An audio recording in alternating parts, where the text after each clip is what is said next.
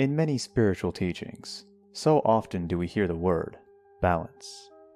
Finding balance in your life, achieving a personal inner balance. But what does this mean? Balance can have a lot of meanings to a lot of people. My inner balance is following my burning passion wherever it may lead, to be the one that comes out on top, and to chase that adrenaline high of a good fight. My inner balance is brought through peace and tranquility, a calm that soothes and heals. Tsk, that sounds boring. Yours sounds destructive. Sure, but it's fine when it's properly harnessed. Seems as though we are incompatible, inevitable enemies. Surely there's no possible reconciliation between such opposites. Or is there?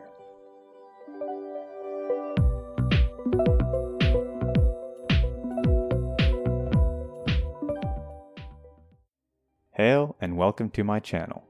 I am Terron, the Dark Beast, and this is the Theory of Spirit. Today we will start down the path of exploring the new pantheon of universal god archetypes that I have made. In my last video, I described that my theory is about how spirit is a pattern of identity, pattern that distinguishes individuality, but can also group things together through symbolic association. Symbology and art, I think, are useful in offering an alternative way to communicate, connect, and understand ourselves and the world. So my philosophy is all about using symbology to understand things from a different perspective.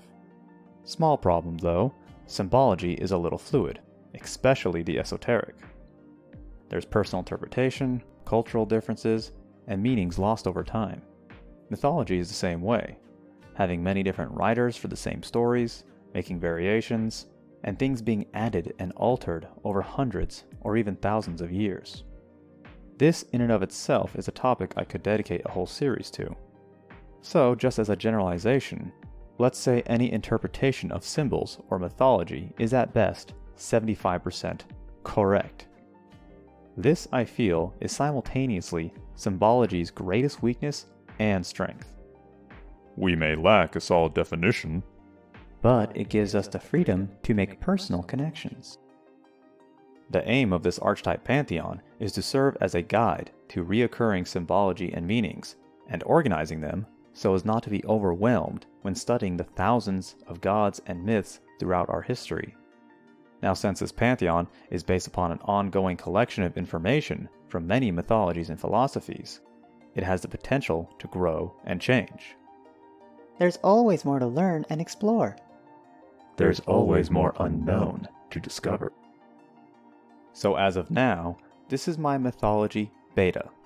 Let's get into it. Starting off, let's explain the major groups and hierarchies.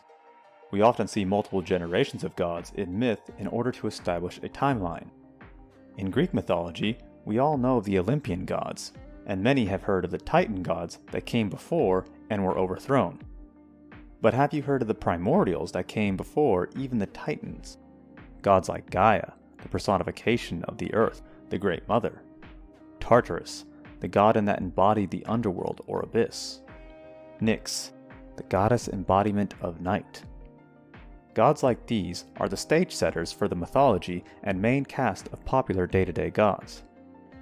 And so my pantheon is divided into two main groups, the Divine Court and the 12 Primordials.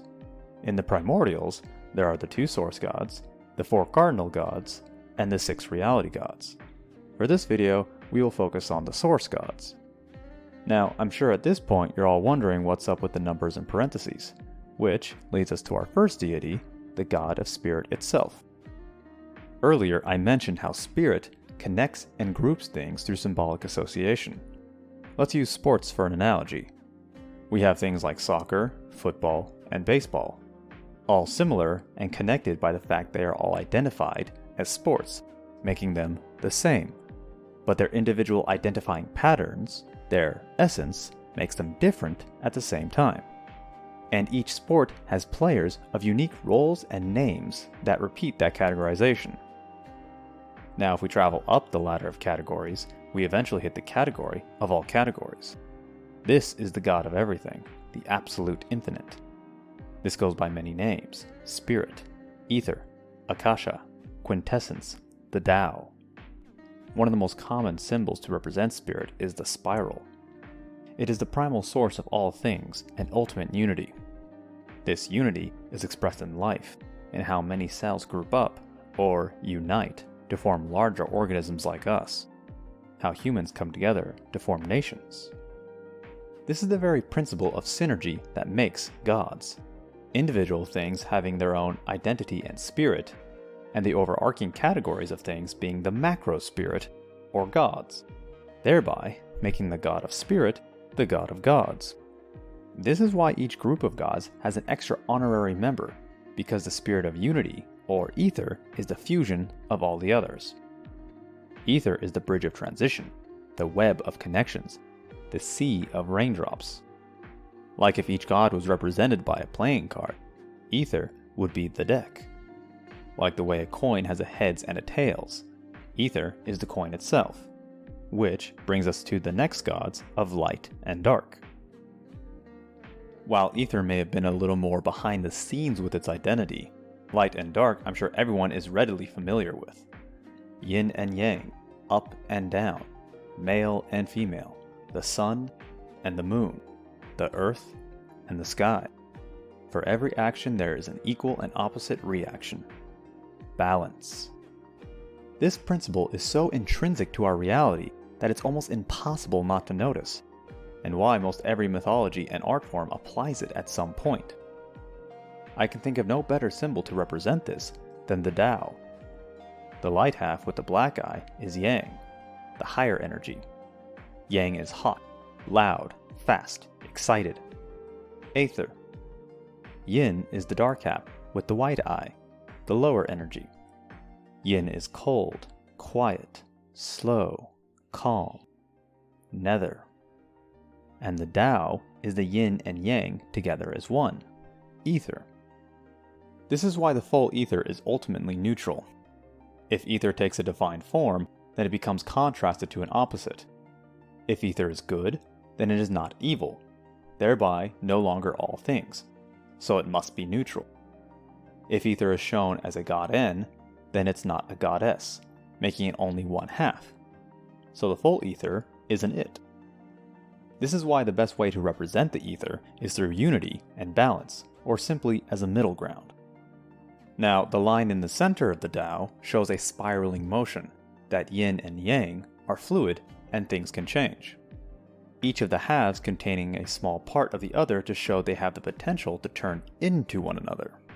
A single thing can flip between yin and yang. The sun is yang as it rises and yin as it sets.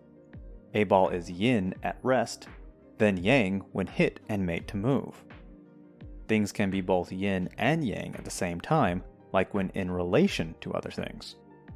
Like if you were to put your left hand into hot water, and your right hand into cold water, and then after a while put both hands into room temperature water, then the same water will feel yang to your right hand and yin to your left hand. Yin and yang don't have to be locked to particular opposing aspects. Like left and right are opposites, but that doesn't mean yin or yang is definitively one or the other, nor is either one definitively good or evil. This concept in particular gets lost quite often. People often find others who are different than them, or think different things, to be evil or less than themselves. Too often do we see civilized cultures claim others to be primitive and think they have the right to enlighten them whether they like it or not. Or simply be bothered that others look different or do things in ways they themselves aren't used to, then find that grounds enough to declare them wrong or wicked. Both sides can be equally guilty of prejudice, one seeing the other as lower, animalistic, chaotic, and unruly beasts, the other seeing the opposing side as high and mighty, controlling and oppressive, heartless.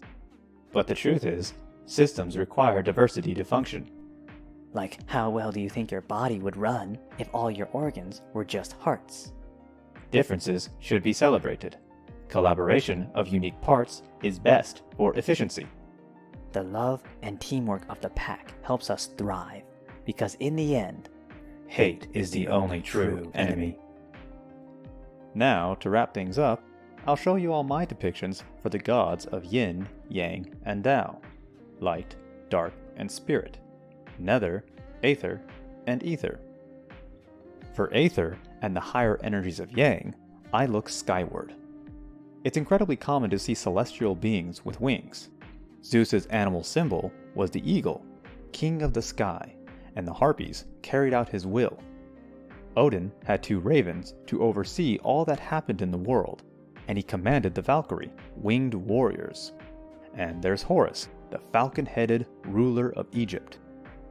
The major physical inspirations for the Aether god are the thunderbird from Native American myth, the roc from Middle Eastern folklore, and the Vedrifu, a hawk that sat on the head of a giant eagle that sits atop Yggdrasil, Norse, the World Tree in Norse mythology, all put together to make the 3-headed avian of light. This can also be referred to as the white dragon, which will make a little more sense in a minute. For nether and the lower energies of yin, I go for the night and the underworld. With light being of enlightenment and civilized advancement, dark is more primal and instinctual. It's very common to see humans as having an inner beast, an animal side. Hecate, an incredibly complex god, is often depicted with 2 dogs by her side, and she helps guide people through the underworld in Greek mythology. There's Anubis, the jackal-headed godin of the underworld in Egyptian mythology. The major physical inspirations for the nether god are Fenrir, the giant wolf chained up beneath... I'm not doing it! The World Tree of Norse myth. Werewolves, beastly shapeshifters of European and other folklore. And Cerberus, the 3-headed guard dog of the Greek underworld. All put together to make the 3-headed beast of darkness, or the black dragon. This one looks a little familiar.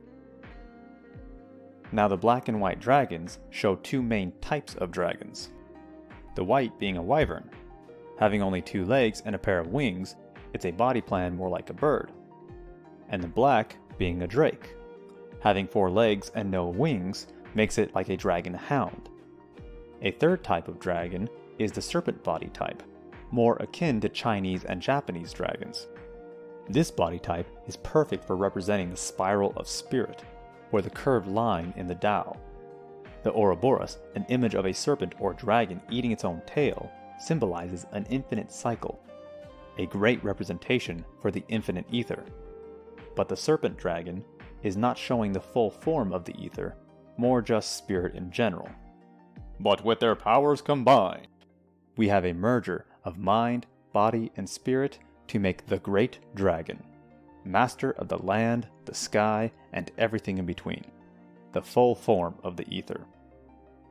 And those are the source gods, the 2 main gods of aether and nether, and the god of ether, who shows up in each of the primordial groups, representing that group's form of unity. For this group, that form is balance.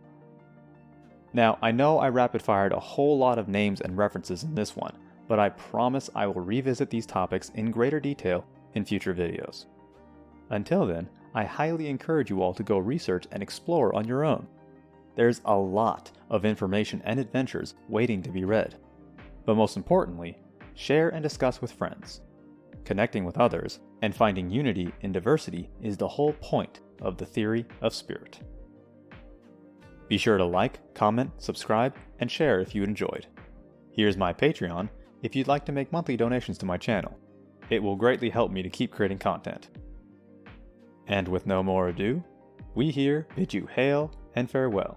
See you next time.